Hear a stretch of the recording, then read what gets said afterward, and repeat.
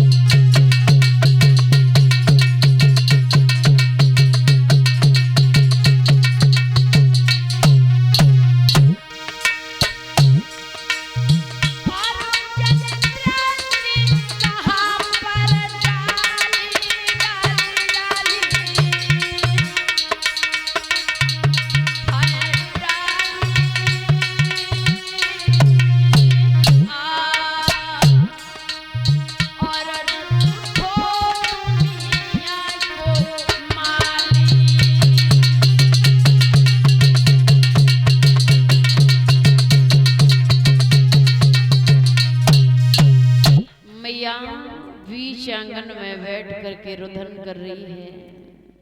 हरिहर क्षेत्र गंगा के किनारे बैठे आदरणीय श्री सुखदेव जी महाराज आदरणीय परीक्षित जी को कथा का अवगत कराते हैं। राजन परीक्षित एक दासी को बुलाया और कहा, बहन चली जाओ, आज हमारे पिया को कचहरी से बुला करके लाओ, जाकर के बता देना महारानी महलों में तुम्हारा इंतजार कर रही हैं।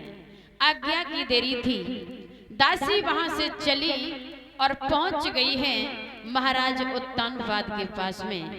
मन में विचार किया, आज जरूर कोई बात है जो महारानी मुझे आंगन में बुला रही है। मैं तो संध्या के समय हर रोज ही प्रस्थान करता हूँ, अगर बीच में बुलाया है तो जरूर कोई बात है। महाराज को दूर से आता हुआ देखा, बड़ा स्वागत सत्कार किया, बैठा लिया, हाथ जोड़ करके बैठ गई। महाराज उत्तानपाद ने पूछा है, भद्रे आखिर बात क्या है? कहा, महाराज हमारा और आपका इस राज्य में रहना बेकार है। क्यों? क्योंकि जिस राज्य की प्रजा अपने राजा से दुखी हो उस राज्य में रहना बेकार है। बात क्या हुई है रानी?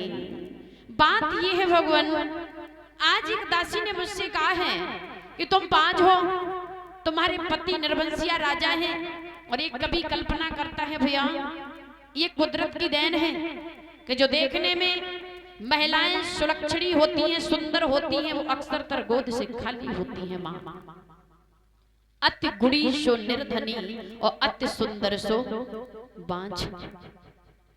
महाराज उत्तानपाद समझा करके बोले, भद्रे सुख देना न देना, देने के बाद छीन लेना, ये सब परम पिता परमात्मा की अनुकंपा है। चिंता करने से कभी दुख दूर नहीं होता, चिंता करने से कभी दुख दूर नहीं होता। दुख दूर होता है भगवान का भजन करने से, चिंतन करने से, मनन करने से, आराधना करने से। रानी महाराज की तरफ देख रही है। महाराज उत्तानपाद बोले कि ये चिंता बड़ी चिता से है और नर को निर्जीव बनाती है, मुर्दे को चिता जलाती है, चिंता जीवित को खाती है।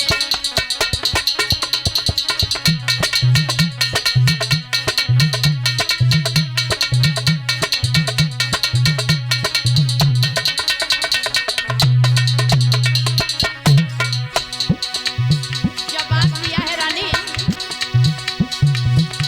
ये चिंता बड़ी चिता से है